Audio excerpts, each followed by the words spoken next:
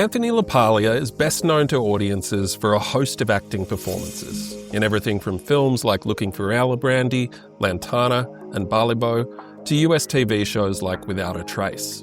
But the 67-year-old is also no stranger to the stage, having once won a Tony for his performance in the Arthur Miller play A View from the Bridge.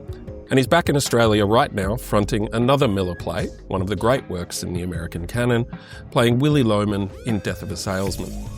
I'm Konrad Marshall, and from the Sydney Morning Herald and The Age, welcome to Good Weekend Talks, featuring weekly in-depth conversations with fascinating people. LaPaglia's just starting rehearsals for a limited 2-week season of Death of a Salesman, which kicks off Tuesday, August 11 at Her Majesty's Theatre in Melbourne, before moving on to Brisbane. And he joins us today from a bar in the apartment where he's staying for a chat about life and career, acting and art, family and football. Welcome, Anthony. Hey, that's quite an introduction. Some of it no longer accurate, but some of it mostly accurate, yeah. Can I just ask, when you hear an intro like that, or when you read some little summation of you in a story or in a profile article, do you wince a little bit? Do you kind of go like, well, that's me, but it's not all of me, or? You know what? I care less and less. Yeah. The older I get, the less I care. I used to really it used to bother me a great deal, which is, look, just the nature of acting means that you kind of, get attention in some ways. But it was never the kind of attention that I really wanted. Like, I didn't want the attention that fame brings. I wanted the attention that good acting brings. But they come hand in hand. And it took until I got to a stately age to kind of not really, I keep a very low profile still. I don't really care anymore about the introductory stuff. Some of it's complimentary, some of it's true, some of it's not true, some of it's folklore now. So it's pointless trying to change it. So I just leave it. Well, maybe we can clarify some of that folklore today. Maybe, yeah. I want to start with Death of a Salesman. You did an acclaimed run of the play in Australia 3 years ago. Yes. Why go back to that well? I was asked. The people who produce it, I guess they work on theatres, big enough theatres being available. Theatres have to accommodate about 1,000 people, I think. And initially 3 slots came up. Melbourne, Brisbane, we've never played Brisbane before, and Adelaide, which we hadn't played before. First of all, I love Melbourne, so it wasn't a heavy thought process about coming back to Melbourne. It's a great city. I love it here. My mother lives in Brisbane, so that gives her a chance to see the play. She's in her 90s now. I don't know if she'll make the play, but we'll try. And Adelaide is the one I had most trepidation about because, it's no secret that when I was a kid growing up, couldn't wait to get out of Adelaide. Mm.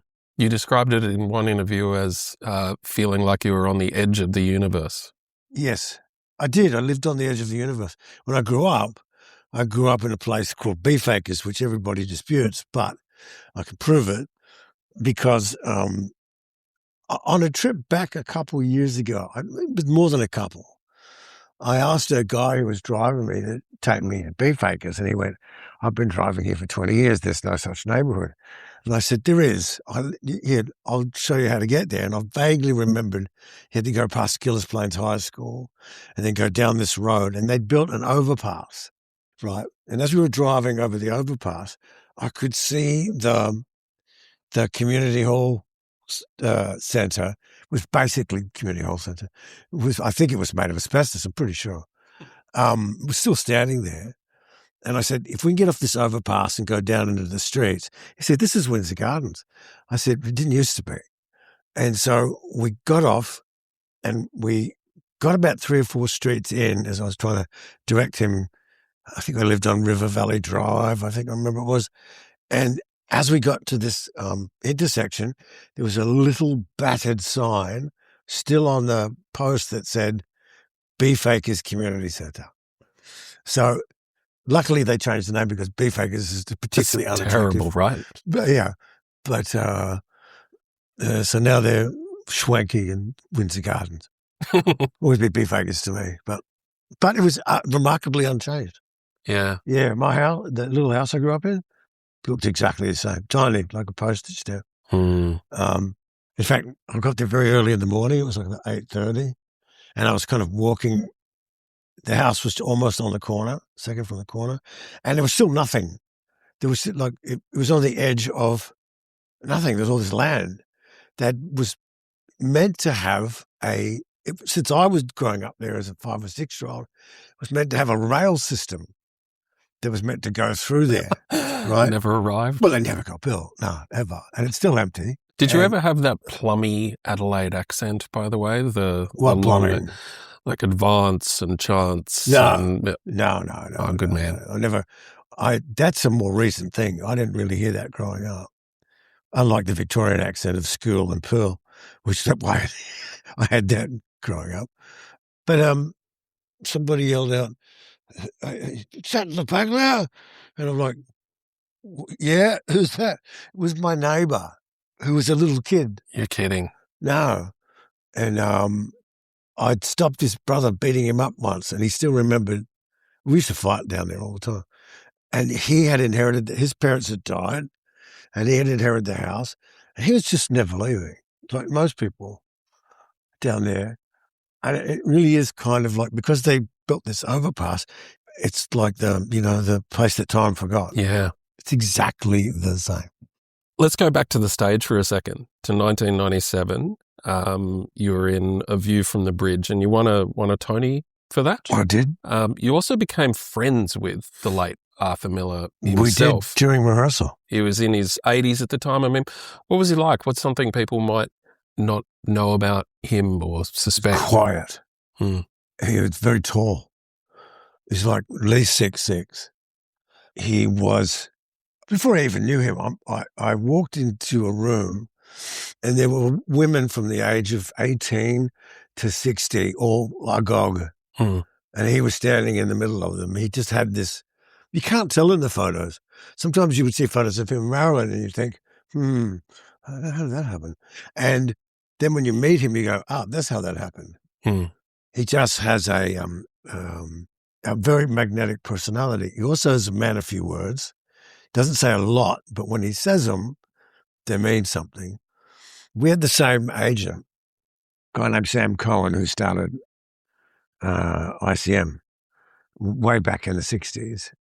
And he was my primary agent. And he was also Arthur's agent. And when I asked to do View from the Bridge, Sam had talked to him and he said, he thinks you're too young to play that part, because I was in my 30s at the time. He said, that guy's about 50. I said, yeah, I know, but I think I can bring a different slant to it. And like a more sexually threatening slant to it. And he said, it's an interesting idea. So I had to put on a reading for Arthur. He watched the reading and he went, okay, you can do it. And so from that point on, he would come to rehearsals and watch the rehearsals. He never really, if you asked him something, he would tell you, but he never volunteered information. We had all these kind of like, there was one particular incident where we had all these fan magazines, like period in the rehearsal. And there was one that had an article about Marilyn and himself. And we usually tried to get rid of that one because we heard he was a bit touchy about the subject. And we forgot that one particular day and he picked it up and he started reading it and we were all just standing there like watching. And he got to that bit and he read it and he went, you learn something new every day. And just kept reading, like he was a very, very cool character. And I got to know him, and his wife was a famous German photographer named Inga Marath. And so over time, outside of the play, I became friendly with them and used to go out to, I forget where they were, Waterbury or somewhere out in Connecticut. I'd go out and spend weekends out there. And we rarely talked about work. I asked him lots of questions about his life and about the whole, I was very interested in doing After the Fall, which has the whole McCarthy thing in it. And he would say, you don't do it. because it doesn't work. But basically it's a play about him and Marilyn, and he regrets writing it, I think. He regretted writing it, I think. And he said, the second act doesn't work and I don't have time to fix it. I'm doing other things. And in the end, I was moving forward to do it. And then I decided in the end, I remember thinking that second act just doesn't work. And if he's not going to fix it, I can't just leave it out. I'd like to. So I ended up not doing it. But somebody else did do it and got properly creamed by the critics. So I saved myself. I've got to ask you a question, just Sure. totally out of the blue here because I've spotted it right now. Yeah. You're wearing 2 watches. You're wearing one on your right wrist and one on your left. Yeah. What's that about? I don't know. It's just a thing. I love watches. I'm like a watch guy. I used to collect a lot of watches. And then I sold a lot. I had too many. And then they were in a bank. I kept them in a bank vault because there were a lot of, back then in the neighborhood I lived in, it was during my previous divorce to Gia. I used to keep them in a bank vault because there were a lot of holdups in my area. Of course. There were a lot of, it was quite affluent neighborhood. Yep. And a lot of guys in my neighborhood had watch collections. And 2 or 3 guys got held up at gunpoint. The whole family's held up at gunpoint while they sold their watch. So somebody inside knew, you have to know that somebody has these watches. Yeah. And while I didn't talk about it a lot, word gets around. So I stuck them all in the bank vault. The problem was, if I wanted to wear one, I had to go to the bank, get it out. And so I just went, screw it. So I sold them, most of them. I sold most of them at an auction. You've got a memoir coming out soon. I do. The Life We Choose. Now, I've helped ghostwrite a handful of memoirs for different people, various media identities and footballers and stuff. They all say the same thing about it once we're done. They're like, that was therapy, like intense therapy. What was it like for you going through your life and unpicking everything? Well, I go to therapy, so I'm halfway there. I've been going to therapy since I was in my mid-30s because I have the anger issues that I needed to deal with them. So for me, it was surprising how much, once I started getting into it, it's surprising how much I started to remember that I thought, you think, oh, I'll never forget that. Well, you do. Yeah. And you forget it in minute detail.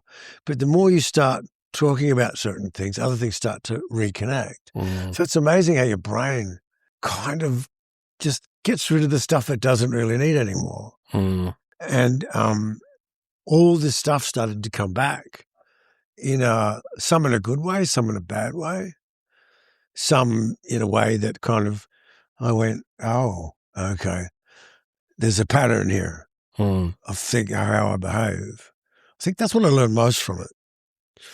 There's certain patterns of behavior that I have that keep repeating, and it's up to me to stop them from repeating. Well, that's perfect segue into my next question. Like there's no secret that there's some family dysfunction that you had to overcome in your youth, centered on your dad and his kind of tendency to rage and anger. And you've gone over that. You don't need to go over all of that again. It's in the book. You can read about it. Yeah. But I'm wondering, like, what do you reckon trait-wise your father gave you? Like, good or bad? Hard work ethic. Yep. He definitely gave me a hard work ethic. He definitely gave me a gambling streak. It's just not gambling in the way that you would normally picture it. I don't gamble with cards or horses or any of that stuff. I mainly take gambles in life, like bigger ones than you should.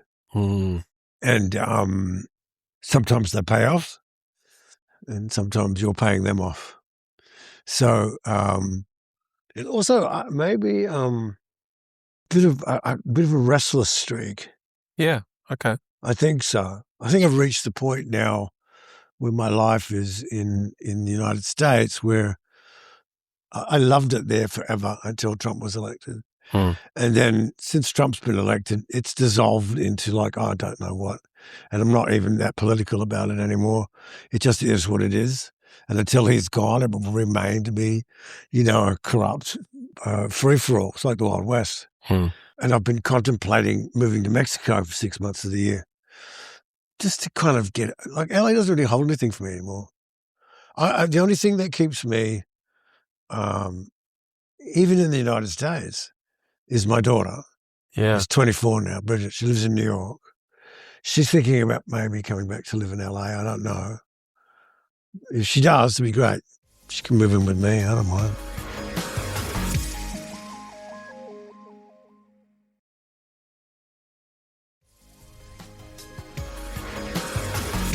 Tell me about your mum, Maria. I asked what you got from your dad. Yeah. What did you get from her? I don't know. We have quite a strange relationship. In fact, we haven't spoken for about 9 years. And this trip, I'm going to go and see her. My brother Michael's always been the kind of intermediary.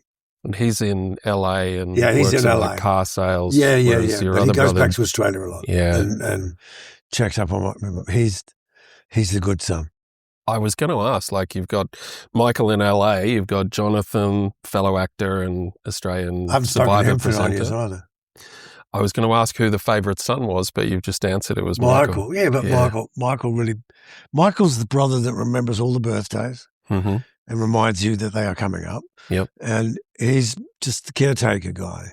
And I had not realised how much until I got stuck in a bind with my soon-to-be ex. I have his support, which is great. It helps me out a lot. I'd love to know what you guys were like as a trio growing up. I mean, you've said before that you used to fight in school. We were duo. Michael and I are 18 months apart. Yep. Jonathan is 9 years younger than us. So it was mainly Michael and I. By the time Jonathan was old enough to really connect with, he would have been about 7 or 8. I was gone. I was leaving. Yep. So I never really developed much of a relationship with him.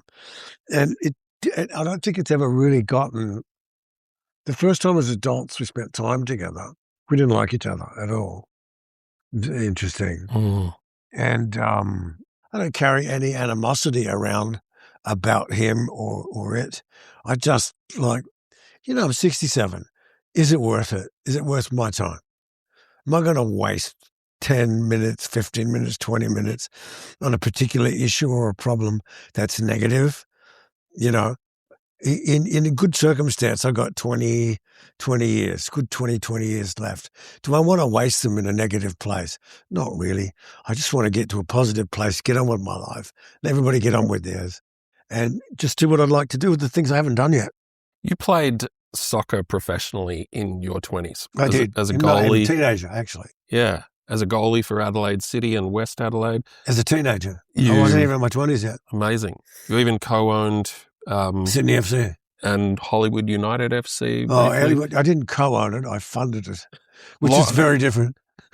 Now that's, of course, long before Ryan Reynolds got into Wrexham and before Ted Lasso became a global hit. I know. I'm always ahead of my time. I'm what they call an early adopter. I got to know, what did you love about the game, and who were you following or barracking for in the World Cup? Oh, the World Cup was tough. Let's start with what you love about the game first. The things I love about the game, I'm starting to wonder how much of it is left. We said it was a great equaliser in childhood. It was a great equaliser. Like, it is a great equaliser. But this World Cup, I think, is the closest we've come to seeing corruption at a very surface level. Yeah.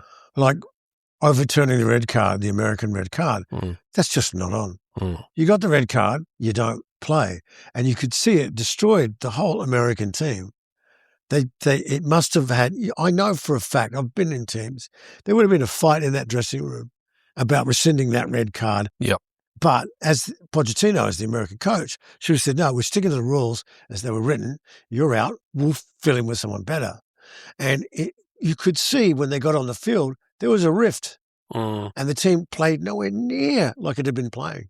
That would have been a really noble stance if the American team had The American decided team not and the to. player himself should have said, I got the red card. I shouldn't play. He played, and it actually was a detriment to the team. The problem is not football. The problem is the governing body. Yeah. And I just was really disappointed overall in seeing they looked like little chinks in the armour, but they're representative of something. I've been in the game long enough to know when there's something really stinks in Denmark, and Infantino needs to go from the game. He is the eminently viable politician. And the whole red card thing with the United States, just the tip of the iceberg of what was going on. But for the most part, I think the players, the players were great. Why the Argentinians had to make it the ugliest World Cup final ever, I don't know.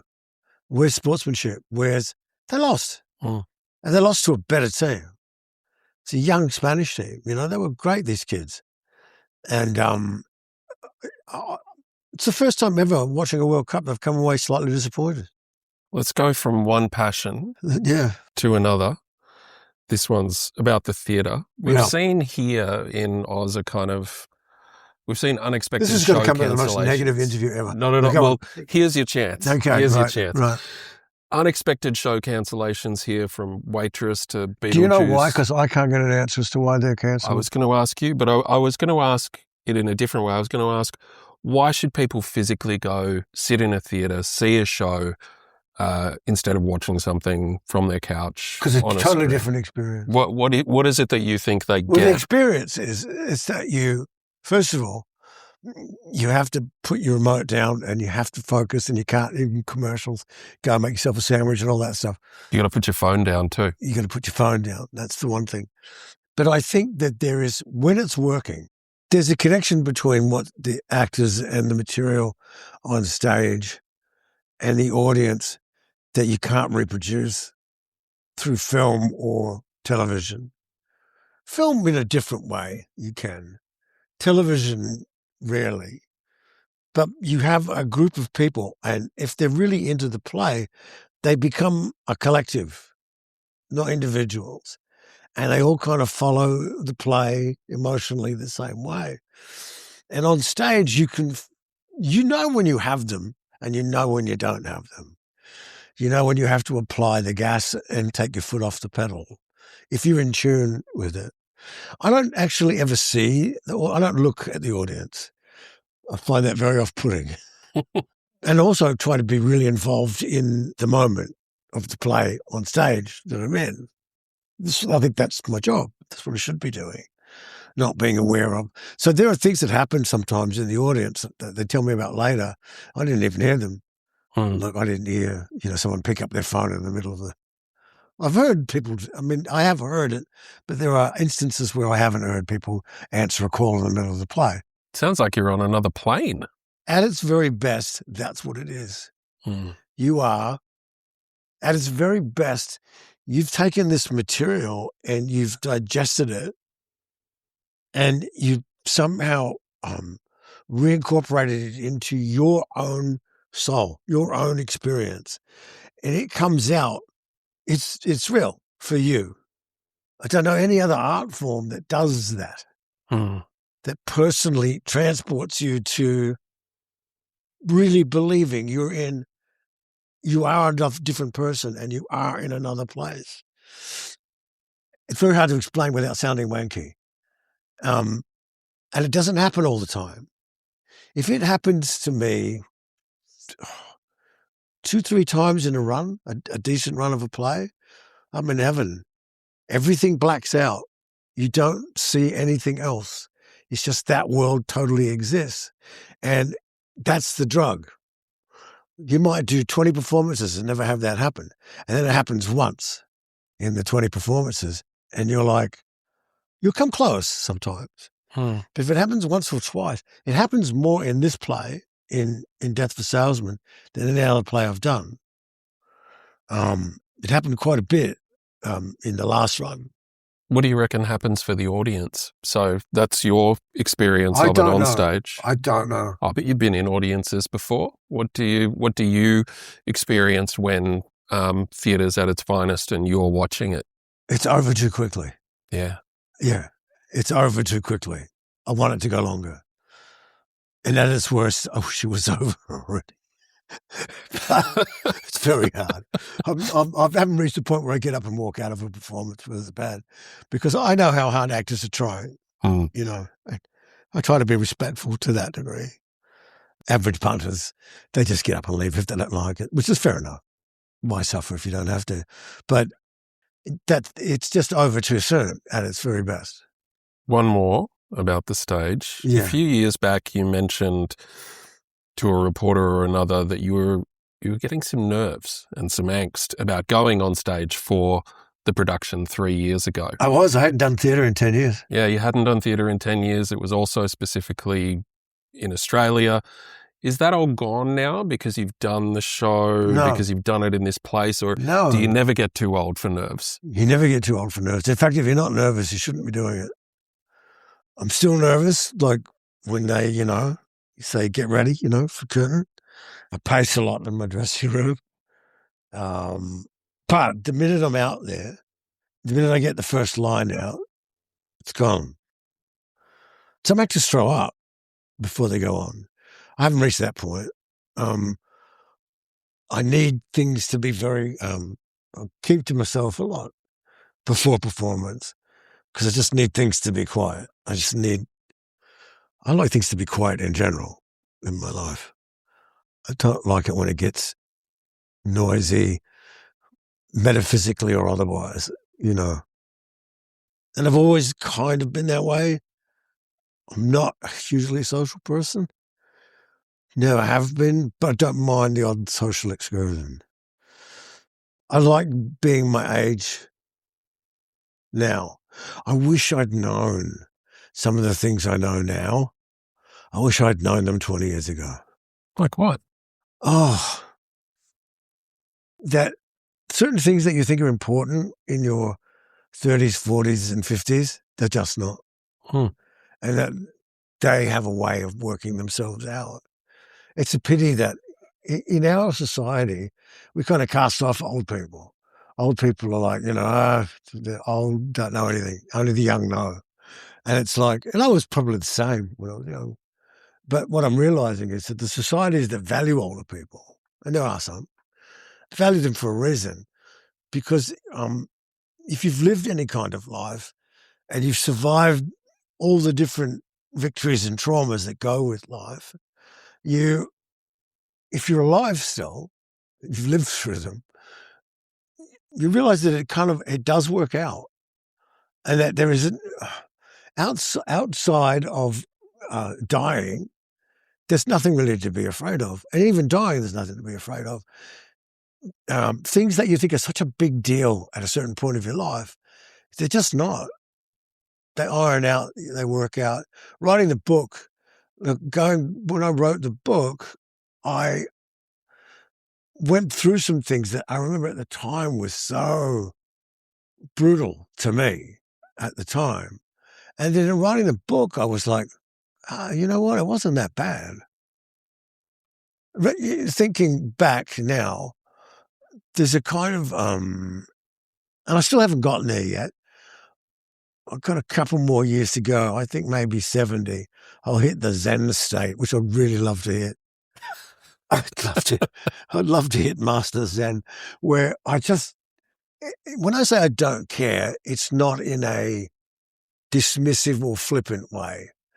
It's that I don't care in that it's not worth pouring any kind of angst into. It's not worth pouring anger into. If it's not good for you, drop it and move on. And find the things that are good for you out there, and they're out there. You probably have to look a little harder because you haven't done so for the last 20 years of your life. But I'm talking about me personally. I've also wanted to come back and do the play because it kind of reinvigorates my joy of life. I have a joy of life, but left to my own devices, I might not leave the apartment for 2 weeks and be perfectly fine with it. That's always been my personality. And having something to go and do, like there's problems in the play that even in the last run, I never solved them. But now I get a chance to solve them or try to solve them. Little moments in the play that never quite worked. And I view this as an opportunity to get them to try and get them work. Fantastic. Anthony, solving problems on the way to Zen mastery. I'm so boring on my way to Zen. Zen's going to be the most boring destination on earth, but I don't know where else to go, really.